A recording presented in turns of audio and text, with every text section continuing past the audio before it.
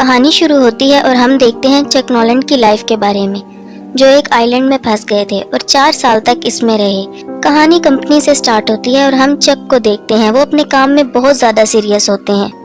Officers چاہتے ہیں کہ ہر کوریئر ٹائم پر پہنچے۔ اس سلسلے میں وہ آؤٹ آف کنٹری وزٹ کرتے ہیں، جہاں ان کی برانچز ہوتی ہیں اور امپلائیز ان کو کافی اپریشیٹ کرتے ہیں اور ان کو ٹائم کی قیمت کا اندازہ بتاتے ہیں۔ چک کسی لڑکی سے پیار کرتا ہے، اس کا نام کیلی ہوتا ہے۔ ان کا ریلیشن شپ کافی اچھا ہوتا ہے اور یہ شادی بھی کرنا چاہتے ہیں، مگر بزنس کی مصروفیات کی وجہ سے نہیں کر پاتے۔ کرسمس بھی قریب ہے اور چک کو ملائیشیا کام پڑ جاتا ہے۔ اسے کمپنی کے سلسلے میں جانا ہوتا ہے۔ چک کیلی سے کہتا ہے میں نیو ایئر پر ضرور آ جاؤں گا۔ کیلی کہتی ہے میں کرسمس کیسے گزاروں گی؟ چک اسے منا لیتا ہے۔ چک اور کیلی ایک دوسرے کو کرسمس کا تحفہ دیتے ہیں۔ کیلی چک کو ایک گھڑی دیتی ہے، اس میں کیلی کی تصویر ہوتی ہے۔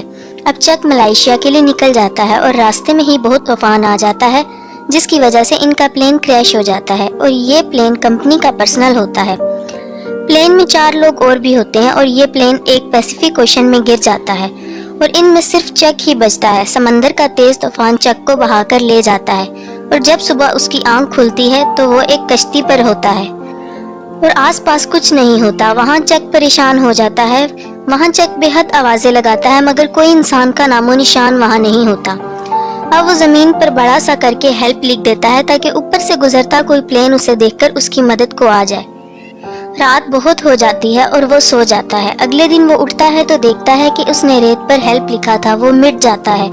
اب وہ لکڑی سے ہیلپ لکھتا ہے۔ اسے یقین ہوتا ہے کوئی اسے ڈھونڈنے ضرور آئے گا اور اس نشان کو دیکھ کر وہ اس جگہ آئیں گے۔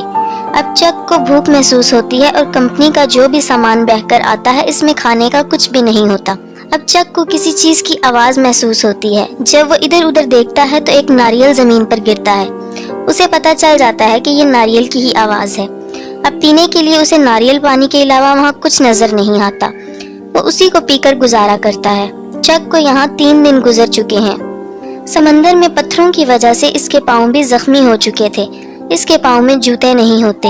اب وہ اپنی پینٹ کو آدھا کاٹ کر اپنے پاؤں میں لپیٹ لیتا ہے تاکہ اس کے پاؤں میں درد نہ ہو، اور اسے وہاں ایک بہت اونچی چوٹی نظر آتی ہے۔ وہ فیصلہ کرتا ہے وہ اس پر ضرور چڑھے گا۔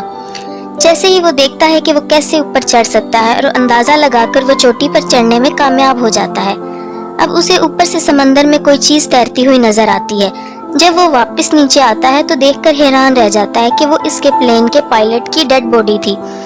وہ بہت روتا ہے اور اسے دفنانے کا انتظام کرتا ہے، مگر وہ دفنانے سے پہلے اس کے جوتے اور ٹارچ رکھ لیتا ہے۔ اب وہ اسی آئی لینڈ میں زندگی گزارنے کا عادی ہو گیا تھا۔ وہ پتوں پر گری اوس کو پی کر گزارا کرتا ہے۔ وہ مچھلی مارنے کی کوشش کرتا ہے مگر ناکام ہو جاتا ہے۔ اسے کھانے کے لیے ناریل پانی اور رات کو پتوں پر گری اوس کے علاوہ کچھ بھی حاصل نہیں ہوتا۔ وہ اسی کو کھا کر گزارا کرتا ہے۔ اب رات کے وقت اسے سمندر میں ایک شپ نظر آتا ہے۔ اسے دیکھ کر وہ بہت ایکسائٹڈ ہو جاتا ہے اور آوازیں لگاتا ہے۔ ٹارچ کی لائٹ آن کرتا ہے مگر اتنی دور سے کوئی فائدہ نہیں ہوتا۔ اگلے ہی دن وہ یہ فیصلہ کرتا ہے کہ اس کے پاس جو ایئر بوٹ ہے وہ اس میں بیٹھ کر بیچ سے نکل جائے گا۔ وہ جان گیا تھا کہ ادھر کوئی بھی نہیں ہے۔ اب جب وہ وہاں سے نکلنے کی کوشش کرتا ہے تو لہریں اتنی تیز ہوتی ہیں کہ ان کی رفتار کی وجہ سے وہ سمندر میں گر جاتا ہے۔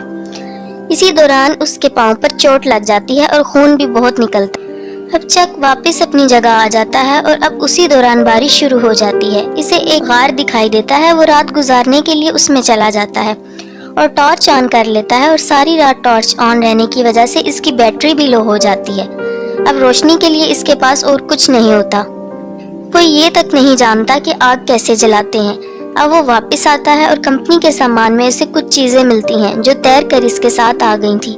وہ ان کو کھولتا ہے مگر اس میں اس کے کام کی 1 یا 2 چیزیں ہی ہوتی ہیں۔ ایک اسے جوتے ملتے ہیں جو سکیٹنگ کے لیے ہوتے ہیں۔ اس کے نیچے بلیڈ لگا ہوتا ہے۔ وہ اس سے ناریل کو آرام سے پھاڑ لیتا ہے۔ اب وہ کسی بھی چیز کو کاٹ سکتا ہے۔ اب وہ ایک لکڑی کو کاٹتا ہے اور نوکیلی سی بنا لیتا ہے اور مچھلیوں کو پکڑ لیتا ہے۔ وہ مچھلی کو کچا تو نہیں کھا سکتا، اسی لیے وہ آگ جلانے کی بے حد کوشش کرتا ہے مگر کامیاب نہیں ہو پاتا۔ اب چک کو آئیڈیا آتا ہے کہ اگر میں 2 لکڑیوں کو رگڑوں تو شاید میں کامیاب ہو جاؤں، اور ایسا ہی ہوتا ہے۔ اسے کامیابی مل جاتی ہے۔ وہ پہلی بار اتنا خوش ہوا ہوتا ہے بیچ پر آنے کے بعد۔ چک کو وہاں جو سامان نظر آتا ہے کمپنی کا، اس میں ایک فٹ بال بھی اسے دکھائی دیتا ہے۔ اس پر چک کا بلڈ لگا ہوتا ہے. وہ اس کو ہاتھ سے آنکھ، ناک اور ہونٹوں کی شیپ دیتا ہے، اس کو ایک چہرے میں تبدیل کرتا ہے اور اس کو اپنا دوست بنا کر اس سے باتیں کرتا ہے اور اسے آگ کے پاس خشک ہونے کے لیے رکھ دیتا ہے اور اس کو ولسن کا نام دیتا ہے. اب وہاں پر چک کا ایک اور مسئلہ سامنے آتا ہے، اس کے دانت کا درد. یہ بہت پرانا درد ہے مگر اس نے کبھی چیک اپ ہی نہیں کروایا. اب چک نے اسے توڑنا ہے اور وہ توڑ لیتا ہے اور ساتھ ہی بے ہوش ہو جاتا ہے. اور وقت گزرنے کے ساتھ ساتھ اسے 4 سال ہو جاتے ہیں آئی لینڈ پر. 4 سالوں میں وہ اس جگہ جینا سیکھ لیتا ہے. اس کا حلیہ بگڑ چکا ہے، اس کے سر اور منہ کے بال بے حد بڑے ہیں اور وہ بے حد کمزور دکھائی دیتا ہے. اسے اتنا تجربہ ہو گیا تھا، وہ دور سے ہی ڈنڈا پھینک کے مچھلی کو پکڑ لیا کرتا تھا. چک کی دوستی ولسن سے کافی ہو گئی تھی، وہ اس سے کافی باتیں کرتا تھا. اب ایک دن مچھلی کھا رہا ہوتا ہے کہ اسے ایک آواز آتی ہے. چک دیکھتا ہے تو وہ ایک سٹیل کی شیٹ ہوتی ہے. اسے ایک آئیڈیا آتا ہے کہ اس کی مدد سے وہ یہاں سے نکل سکتا ہے. وہ جب بھی نکلنے کی کوشش کرتا ہے لہریں اسے جانے نہیں دیتی. اب وہ ناریل کی لکڑی کاٹ کاٹ کر ایک بورڈ تیار کرتا ہے اور سٹیل کی شیٹ اس کے آگے لگاتا ہے. حالانکہ بورڈ تیار کرنا آسان نہیں تھا اور وہ یہ فیصلہ کرتا ہے کہ جب ہوائیں کم ہوں گی تو وہ نکلنے کی کوشش کرے گا اور شیٹ کو وہ بوٹ کے آگے لگاتا ہے تاکہ جب وہ بوٹ میں بیٹھے تو شیٹ کی مدد سے پانی کو دھکیل سکے اور وہ آگے جا سکے. چک ولسن کو اندر رکھتا ہے اور نکل جاتا ہے. راستے میں بڑی بڑی لہروں کا مقابلہ بھی کرتا ہے مگر ابھی بھی وہ سمندر باقی ہے. وہ نہیں جانتا کہ زمین کب آئے گی. چک کے اندر ایک امید تھی کہ شاید اب وہ گھر پہنچ جائے گا مگر یہ سب آسان نہیں تھا. سمندر میں اسے بہت برے حالات دیکھنے کو ملتے ہیں. کھانے کا گزارا تو وہ کر لیتا ہے، کھانے کے لیے مچھلی اور پینے کے لیے بارش کا پانی جمع کر لیتا ہے. بارش کا پانی جمع ناریل میں کرتا ہے. اس نے اپنے پاس رکھے ہوتے ہیں اور بچا کر رکھتا ہے تاکہ مشکل میں وہ اس کے کام آئے. اور دیکھتے ہی دیکھتے چک کا بال، اس کا ولسن فرینڈ، پانی میں گر جاتا ہے اور جب اسے معلوم ہوتا ہے وہ بہت دور جا چکا ہوتا ہے. اب وہ پانی میں کود جاتا ہے اور ولسن کو بچانے کی پوری کوشش کرتا ہے مگر وہ ناکام ہو جاتا ہے اور واپس بوٹ میں آنے کے بعد وہ بے حد روتا ہے. ولسن نے ہی اس کا 4 سالوں میں بہت ساتھ دیا تھا. چک کے لیے وہ ایک فٹ بال نہیں تھا، وہ اس سے بہت اٹیچ ہو گیا تھا، اسی لیے اس کے جانے کا بہت دکھ ہوتا ہے. اب چک بہت دنوں کے سفر کے بعد تھک چکا تھا اور ایک شپ اس کے آگے سے گزرتا ہے جو اسے دیکھ لیتا ہے اور اسے بچا لیتا ہے. چک واپس آ چکا تھا. واپس آنے کے بعد وہ دیکھتا ہے کہ سب بدل چکا تھا. اس کے دوست اور گھر والے سمجھے تھے کہ وہ مر چکا ہے اور اس کی گرل فرینڈ کیلی جو ایک دوسرے سے بہت محبت کرتے تھے وہ شادی کر چکی تھی اور اس کی ایک بیٹی بھی ہوتی ہے. چک اس سے ملنے جاتا ہے تو وہ بے حد خوش ہوتی ہے اور گلے سے لگا لیتی ہے. اب کیلی شادی شدہ ہے اس لیے اب کچھ نہیں ہو سکتا اور ان کے راستے الگ ہیں. چک کو کیلی نے جاتے ہوئے جو گھڑی دی تھی وہ اسے واپس کر دیتا ہے کیونکہ وہ کیلی کی فیملی گھڑی ہوتی ہے اور اس گھڑی کی تصویر اپنے پاس رکھ لیتا ہے. کیلی اسے کہتی ہے تم نے وعدہ کیا تھا کہ تم ضرور آؤ گے. چک اسے سوری بولتا ہے اور جانے لگتا ہے. کیلی اب بھی چک سے پیار کرتی ہے مگر اس کی اپنی فیملی ہے اس لیے وہ نہیں جا سکتی. کیلی کے پاس چک کی دی ہوئی ایک گاڑی ہوتی ہے، وہ اسے واپس کر دیتی ہے اور چک اس گاڑی کو لے کر چلا جاتا ہے اور کیلی اسے دیکھ رہی ہوتی ہے. وہ بہت دکھی ہوتی ہے. وہ چک کو بلاتی ہے اور وہ بھاگ پڑتی ہے. چک بھی واپس آ جاتا ہے اور گلے ملتے ہیں. کیلی اسے بتاتی ہے کہ میں جانتی تھی کہ تم زندہ ہو اور مجھے یقین تھا کہ تم واپس ضرور آؤ گے مگر سب کے فورس کرنے پر مجھے یہ سب کرنا پڑا، مجھے شادی کرنی پڑی. اور وہ دونوں ایک دوسرے کو بتاتے ہیں کہ ہم اب بھی ایک دوسرے سے محبت کرتے ہیں. چک کیلی کو گاڑی میں بٹھا لیتا ہے اور اسے اس کے گھر چھوڑ آتا ہے. وہ کہتا ہے میں نہیں چاہتا کہ تمہارا گھر خراب ہو. اب ہم دیکھتے ہیں کہ چک اپنے ایک دوست کے ساتھ بیٹھا ہوتا ہے اور اسے بتاتا ہے کہ میں نے بیچ پر خودکشی کرنے کی بھی کوشش کی تھی.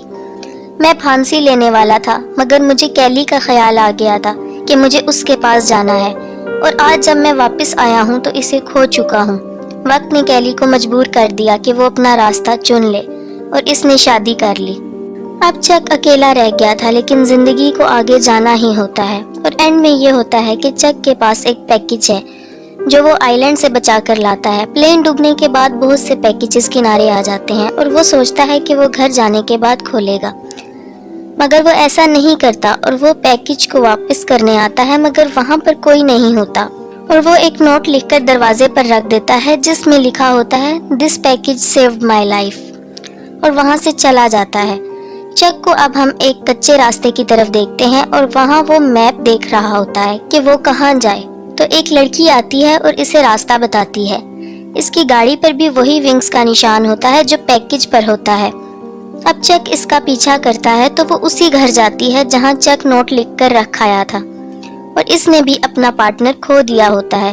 اب چک اور بیٹینا ہو سکتا ہے فیوچر میں مل جائیں۔ چک کی آنکھوں میں ایک امید ہوتی ہے اور فلم کی کہانی ختم ہو جاتی ہے۔